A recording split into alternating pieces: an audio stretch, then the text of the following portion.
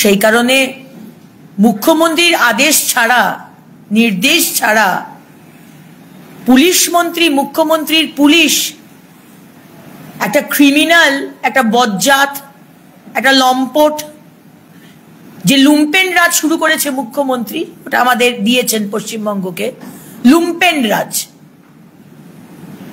সেই কারণে তার নির্দেশে আজকে কেষ্টকে, অনুব্রতকে জেলে ঢোকানো হচ্ছে না। আপনারা নিশ্চিন্ত থাকুন, কেষ্টকে জেলে ঢোকানো হবে না। এরপর হয়তো একটা কোভিডের সার্টিফিকেট নিয়ে আসবে যে কোভিড হয়েছে,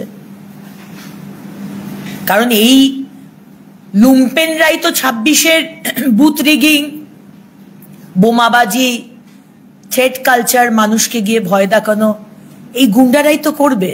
মুখ্যমন্ত্রীকে তো এদের হাতে রাখতে হবে, তাই না? সুতরাং অনুব্রতকে জেলে ঢোকানো হবে না। অনুব্রত মণ্ডলের যিনি চিকিৎসক, মানে যার পরামর্শে 5 দিন ধরে বিশ্রাম নিতে হচ্ছে, সেই ইফলার চৌধুরী, তিনি একদিকে ব্লক স্বাস্থ্য আধিকারিক, আবার অন্যদিকে অনুব্রত ঘনিষ্ঠ মলয়পীঠের যে বেসরকারি হসপিটাল, সেখানের আরএমও। একসঙ্গে দুটি জায়গাতে কিভাবে তার পক্ষে চাকরি করা সম্ভব, বা তিনি কিভাবে স্যালারি পাচ্ছেন? দেখুন, পশ্চিমবঙ্গে তৃণমূলের ঝান্ডা ধরলে আপনার জন্য একরকমের নিয়ম, আপনি মুসলমান হলে একরকমের নিয়ম, আর সাধারণ মানুষ, স্পেশালি হিন্দু বা খ্রিস্টান বা শিখ যদি হন, তাহলে একরকমের নিয়ম। এখানে এই ডক্টর হিটলার, তিনি দুরকম কাজের জন্যেই দুটো দায়িত্ব সামলাচ্ছেন। সেখানে অনুব্রতর প্রেসক্রিপশন এবং সার্টিফিকেটও উনি দিয়ে দিচ্ছেন। কিভাবে দুর্নীতি করে ইল্লিগাল, শুধু ডক্টর সার্টিফিকেট নয়, বার্থ সার্টিফিকেট, ডেথ সার্টিফিকেট, আপনাকে শুধু একটু খরচা করতে হবে। আপনি পশ্চিমবঙ্গে মুখ্যমন্ত্রী মমতা বন্দ্যোপাধ্যায়ের এই সরকারে আপনি যে কোনো জায়গা থেকে আপনি ডেথ সার্টিফিকেট, বার্থ সার্টিফিকেট বা ডাক্তার সার্টিফিকেট বা যে কোনো সার্টিফিকেট আপনি পেয়ে যেতে পারেন। বোলপুরের আইসিকে আক্রমণ করেছিলেন যে ছাত্রনেতা, তাকে দেখা গেল যে সঙ্গে সঙ্গে সাসপেন্ড করলো তৃণমূল ছাত্র পরিষদ, কিন্তু অনুব্রত মণ্ডলের ক্ষেত্রে দল এই ধরনের কোনো পদক্ষেপ করলো না। মানে এর পিছনে কি অর্থনৈতিক যোগাযোগ নাকি ভোট লুটের বিষয়? দুটোই আছে। অর্থনৈতিক যোগাযোগ নিশ্চয়ই আছে। মুখ্যমন্ত্রীর কিছু অর্থনৈতিক ডিলিংস আমার ধারণা অনুব্রত জানে, এবং আমি দুয়ে দুয়ে 4 করছি, কারণ ইডি বলেছিল যে গরু পাচারের টাকা কালীঘাটে যায়।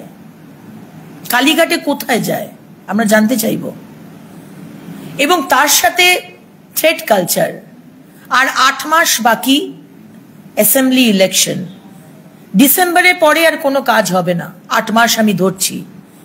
26-এ বীরভূমে এবং বীরভূমের আশেপাশে আমি যখন ইলেকশন লড়েছিলাম, বাই ইলেকশন, আসানসোলের বাই ইলেকশনে অনুব্রতকে বীরভূম থেকে নিয়ে যাওয়া হয়েছিল। কেন হঠাৎ অনুব্রত আসানসোলে গেল কেন? এই পুরোটাই হচ্ছে থ্রেট কালচার, বোমাবাজি, গুন্ডাগার্দি, মানুষকে ভয় দেখানো। তাই অর্থনৈতিক এবং গুন্ডাগার্দি দুটোর জন্যই অনুব্রতর ওপর কোনো অ্যাকশন নিতে মুখ্যমন্ত্রী 10 বার ভাবছেন। চুটকো চাটকা, ওই যে বলেছেন না, এটা তো চুটকো চাটকা, মিয়া সাহেব বলেছিলেন, এটা চুটকা চাটকা একটা ইস্যু। মা বোনকে অশ্রাব্য ভাষায় গালি দিয়ে বিছানায় আসার যে আমন্ত্রণ, এটা ওনার কাছে চুটকো চাটকা।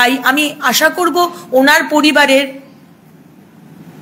কাউকে যদি এই কথা বলা হয়, উনি কি একই সময় ওই কথা বলবেন? বা আমি অবাক হয়ে যাই, রাজীব কুমার ডিজি পুলিশ, তাকে বলা হচ্ছে, তারপরেও তাদের কোনো অ্যাকশন নেই। রাজীব কুমার, আপনি কি আপনার পদ, আপনার পজিশন, আপনার আগামী দিনের প্রমোশন বা চাকরিটা রাখা, তার জন্য চুপ করে আছেন? তার জন্য এখনো কানটা ধরে টানতে টানতে অনুব্রতকে জেলে ঢোকাচ্ছেন না। সুতরাং মুখ্যমন্ত্রী, আপনার জাজমেন্ট আমরা বাংলার মানুষ বুঝে গেছে। ওই নিচে ছোটখাটো উইচিংড়েদের সাসপেন্ড করে বাংলার মানুষকে আপনি শান্ত করতে চাইছেন, কিন্তু আমরা আপনার এই সাসপেনশনে আমরা আমাদের মন শান্ত হবে না।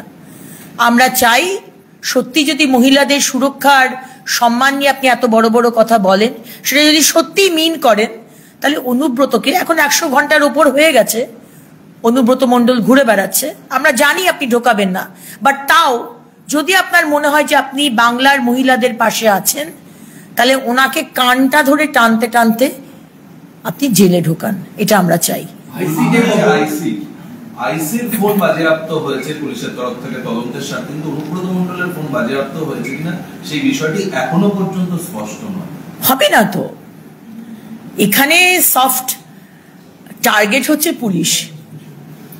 যে পুলিশ রেকর্ডিংটা করে আজকে যে কারণেই হোক তার কথা ভাইরাল হয়েছে, আজকে তাকেই বলি দেওয়া হচ্ছে, এবং আগামী দিনেও এই তৃণমূল সরকারের আন্ডারে গুন্ডারা যাদেরকে মুখ্যমন্ত্রী পুষে রেখেছেন, তাদের ওপর পুলিশের কোনো বা লয়ের কোনো আক্রমণ আসবে না, আপনারা নিশ্চিন্ত থাকুন।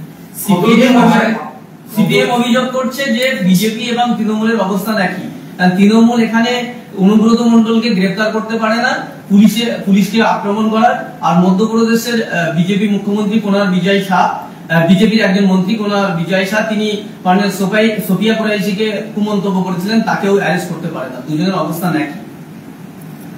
দেখুন, আমি যতদূর জানি মধ্যপ্রদেশে যার কথা বলছেন তার উপর অ্যাকশন নেওয়া হয়েছে। ভারতীয় জনতা পার্টি মহিলাদের ওপর বা যে কোনো মানুষের ওপর যদি কেউ অত্যাচার করে, আক্রমণ করে, সেটা সহ্য করে বসে থাকবে, এটা হয় না। সুতরাং তার ওপর অ্যাকশন হয়েছে, কিন্তু এইখানে অনুব্রত মণ্ডল ওটাও ইকুয়ালি খারাপ। কিন্তু আমরা পশ্চিমবঙ্গের মানুষ হিসেবে তো পশ্চিমবঙ্গের বিষয় নিয়ে অবশ্যই ভোকাল হব, এবং শুধু বিজেপির একজন কর্মী হিসেবে নয়, একজন সাধারণ মানুষ, একজন মহিলা হিসেবে যে ভাষায় অনুব্রত মণ্ডল কথা বলেছে, আমরা পশ্চিমবঙ্গে এই ভাষা আমরা অ্যাকসেপ্ট করি না। এই রাজনীতি, এই নোংরা রাজনীতি, এই কালচার আমরা নেব না। বাংলা অন্য রকমের। সুতরাং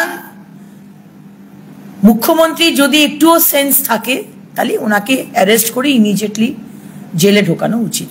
আইসিকে কদর্য ভাষায় হুমকি দিলেন অনুব্রত, আর পুলিশের চিঠি গেল এবিপি আনন্দের দপ্তরে। 6 দিনেও অধরা, তাও নিষ্ক্রিয় বলায় আপত্তি জানিয়ে কার্যত হুঁশিয়ারি দিয়ে চিঠি দেওয়া হয়েছে, ব্যবস্থা নেওয়া হবে ইঙ্গিত দিয়ে। মমতা বন্দ্যোপাধ্যায় পুলিশ মন্ত্রী আপনাদের সংবাদ মাধ্যমের আপনার